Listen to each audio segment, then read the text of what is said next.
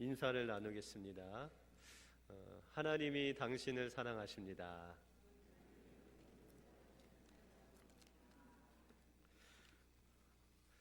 특별히 내일 휴일인데도 불구하고 이렇게 수요 예배 나오신 여러분들 주님이 사랑해 주실 줄 믿습니다. 해밍웨이의 소설 가운데 어떤 스페인 아버지가 집을 나간 그 아들과 화해하기 위해서 신문 광고를 하나 냈다고 합니다. 그는 신문 광고에서 그 아들 파코라는 그 아들의 이름을 넣으면서 파코야, 화요일 정오에 내가 몬타나 호텔에서 기다리겠다. 내가 다 너의 것을 다 용서했으니까 그때 만나서 화해를 하자라고 그렇게 이야기했다고 합니다. 그런데 그 화요일 날 시간이 돼서 그곳에 나가 봤더니 800명의 파코가 그 호텔에 모여 있었다는 이야기입니다. 전혀 놀라지 아니하시네요. 여러분들, 그만큼 사람들이 용서하기를 원하고 용서받기를 원하는 그 사람들의 모습을 이 소설에서 그리고 있다는 것입니다. 어떻게 여러분들은 좀 다른 사람을 용서하시는 편입니까? 아니면 평생 가지고 있는 편입니까? 싸움만 하면 예전 거 생각나시고 이렇게 이야기하십니까? 아니면 그냥 털털 털어버리십니까? 전혀 안 그러신 것 같이 여성분들이 그러고 계시네요. 고 김인수 장로님은 그렇게 이야기했다고 합니다. 하나님의 사랑에 대한 90%는 순종이고 또한 사람에 대한 90%의 그 사랑은 용서다라고 그렇게 이야기하고 있습니다. 성경에도 사랑이 허물을 덮는다라는 그런 베드로 전서의 말씀이 있습니다. 우리가 하나님께서 주신 그 사랑으로 사랑할 때 그 안에 용서가 있고 또한 그 허물을 덮을 수 있는 그 사랑의 열매가 맺게 된다는 것입니다. 그래서 오늘 성경에 보시면 이 성령의 열매 중에 첫 번째가 바로 이 사랑이라는 것입니다. 요한 1서에도 보시면 하나님은 사랑이시다라고 말씀하고 있습니다. 하나님께 가장 중요한 속성이 있다면 그것이 사랑이다라는 것입니다. 이 사랑은 어디서부터 시작되었냐면 우리가 창세기 3장에 넘어가면 이 아담과 하와가 범죄를 합니다. 그리고 나서 그들이 하나님이 부르는 소리에 바위 뒤에 숨어 있습니다. 그러면서 그들이 한 것이 뭐냐면 이 무화과 나무 잎으로 자신의 몸을 가리는 옷을 만들어 입었습니다. 그런데 우리 육신적인 부모 같으면 그들을 혼내고 야단치고 막 엄하게 매를 때리든지 했을 건데 하나님께서는 그들에게 그렇게 하시지 않고 무화과 나무 잎으로 만든 그 옷을 대신해서 옷을 하나 만들어 주시는데 우리가 좋아하는 가죽으로 옷을 만들어서 이 아담과 하와에게 입혀 주십니다. 여러분들, 가죽 옷이 나오려면 어떻게 해야 될까요? 짐승을 잡아야 되겠죠. 그죠? 피를 흘리고 그 가죽을 벗겨서 그것을 잘 디자인해서 그 아담과 하와에게 입히셨다는 것입니다. 이것이 바로 하나님께서 아담과 하와를 향한 사랑의 시작이 된 것입니다. 이 가죽 옷을 입히셨다는 것은 짐승을 잡아서 피를 흘려서 그들에게 입히셨다는 것입니다. 바로 이것이 우리가 이야기하는 속죄라는 것입니다. 우리의 죄를 피 흘림으로 인해서 가리워 주시는 것. 우리가 예수 이름으로 주님 앞에 주님의 십자가를 의지함으로 기도할 때 하나님께서는 그 피로 우리를 가리워 주시는 것입니다. 가죽 옷으로, 예수님의 옷으로 우리를 가리워 주시고 예수 그리스도를 통해서 우리가 하나님 앞에 나갈 수 있다는 것입니다. 이것이 바로 하나님께서 우리를 향하신 하나님의 사랑을 보여주신 첫 번째 사건이라는 것입니다. 그래서 요한일서 4장 10절에 보시면 사랑은 여기 있으니 우리가 하나님을 사랑한 것이 아니라 오직 하나님이 우리를 사랑하사 우리 죄를 위하여 화목 제물로 그 아들을 보내셨다라고 말씀하고 있다는 것입니다. 이 신약에서는 예수 그리스도를 통해서 화목 제물로 드렸다면 창세기에는 가죽 옷을 입혀주시는 그 은혜가 바로 하나님의 사랑의 표현이었다는 것입니다. 그런데 이 사랑은 우리에게 속한 것이 아니라 하나님께 속했다라고 말씀하고 있습니다. 우리는 때때로 우리의 무엇으로 하나님의 그 사랑을 다른 사람에게 주려고 합니다. 다시 말해서 우리 안에 있는 사랑으로 다른 사람들 섬기려고 합니다. 그래서 고린도전서 13장에 보시면 이 사랑장이라는 데가 나옵니다. 근데 이 사랑장에 보시면은 사랑 없이 행하는 은사들에 대해서 쭉 나오고 있습니다. 구제를 하더라도 사랑 없이 구제할 수 있다는 거예요.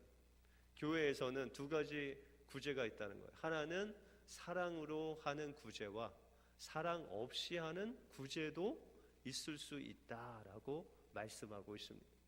어떤 사람은 뭐 방언을 하고 치유의 은사가 나타나고 여러 가지 능력이 나타나는데 사랑 없이도 그 은사들을 행할 수 있다라고 말씀하면서 고린도전서 13장에서 강조하는 것은 사랑이 없이 행하는 은사나 믿음 행위는 아무것도 아니다라고 말씀하고 있습니다.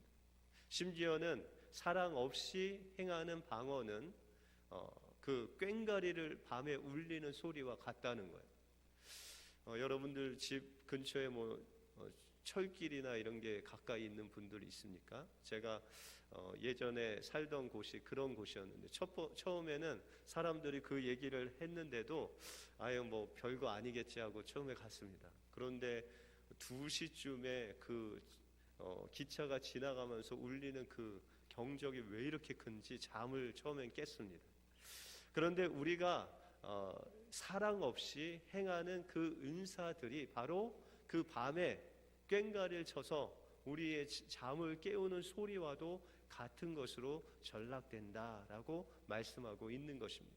다시 말해서 사랑 없는 우리의 신앙의 행위는 우리에게 아무 유익이 없을 뿐만 아니라 다른 사람들에게까지 피해를 줄 수 있다라고 말씀하고 있습니다. 그래서 로마서 5장 5절에는 이 하나님의 사랑이 어떻게 우리에게 왔냐면 우리가 예수 그리스도를 믿고 성령을 받을 때 그 하나님의 사랑이 그 성령 안에 우리 마음속에 부은 바 되었다라고 말씀하고 있습니다. 이 말씀을 쉽게 이야기하면 하나님이 우리 안에 오셨다는 거예요. 근데 하나님은 사랑이시죠.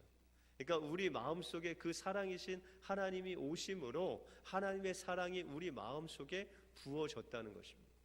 그래서 우리가 하나님의 자녀로 살아갈 때 우리의 어떤 사랑이 아닌 하나님께서 주신 사랑으로 우리가 행할 수 있다라는 것입니다. 여러분들 인간의 사랑은 한계가 있습니다. 그래서 인간적인 사랑을 하다가 만약에 그게 깨어졌다 그럼 무엇으로 변하죠? 별로 사랑을 안 해보셔서 잘 모르시겠어요? 예, 미움으로 바뀌잖아요. 전혀 모르시는 척 하시네요. 예. 여러분들 뭐 첫사랑도 있을 거고 둘째 사랑도 있을 텐데 그게 깨지면 여러분들 미움으로 바뀌잖아요. 그것이 인간의 사랑의 한계다라는 것입니다.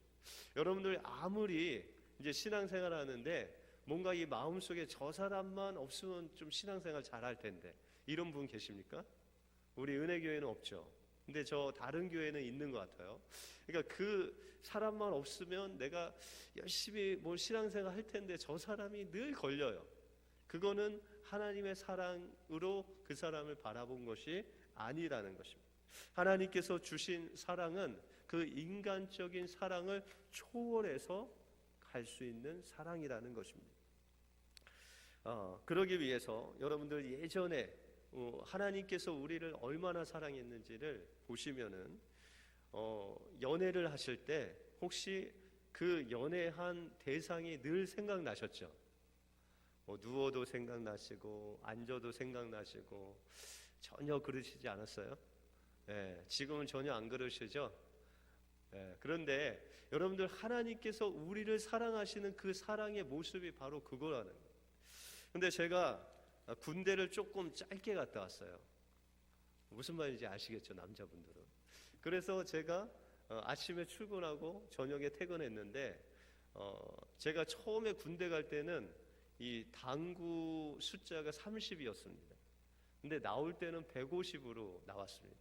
늘 그 선배들이 가자고 해서 이 명령이기 때문에 안 갈 수가 없었습니다. 그런데 이 당구의 한 절정인 한 100 정도를 치니까 이 사랑에 빠지더라고요. 그래서 누워도 당구 그 대가 이렇게 보입니다. 어떻게 치면은 이게 3쿠션으로 잘 들어갈 수 있는지를 그게 보이는 거예요.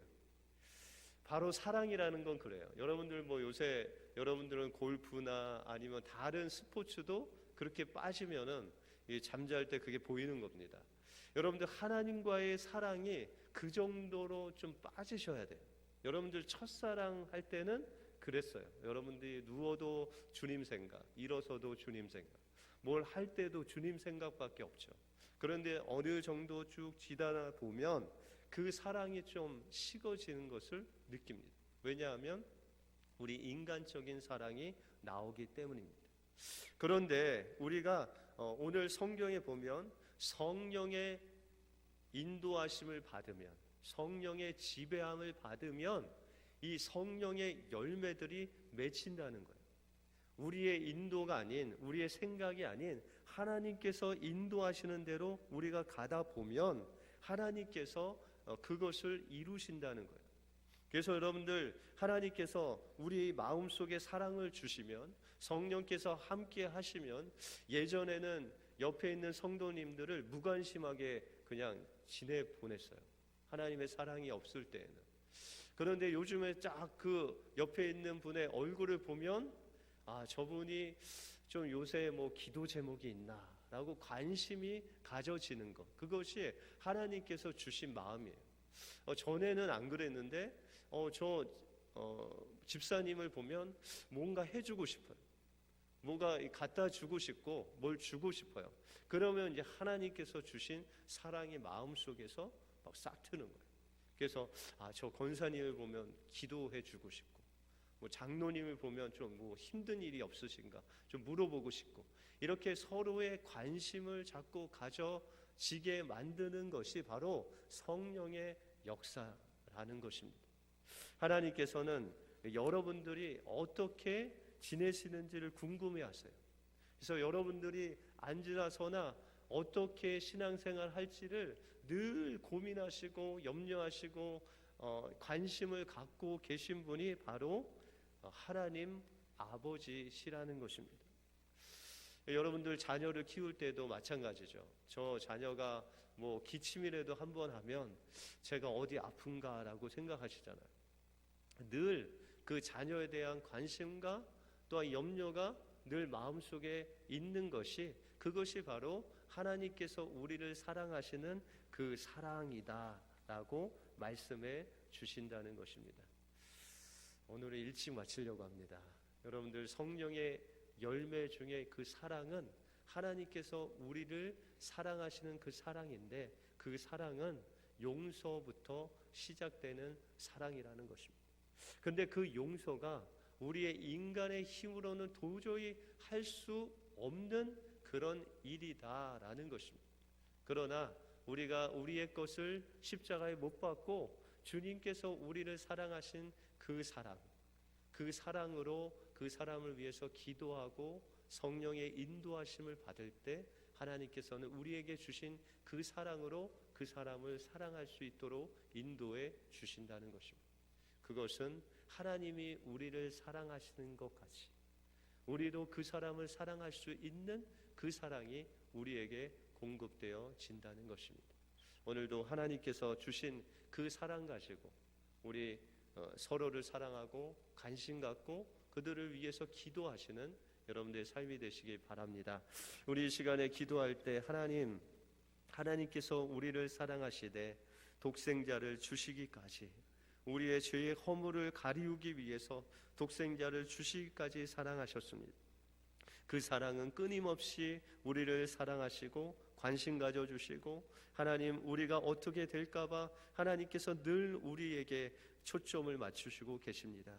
하나님, 오늘 이곳에 나온 우리 은혜교회 모든 성도들이 이 하나님의 사랑이 부은 바 되어서 주님을 사모함으로 이 시간에 나왔습니다.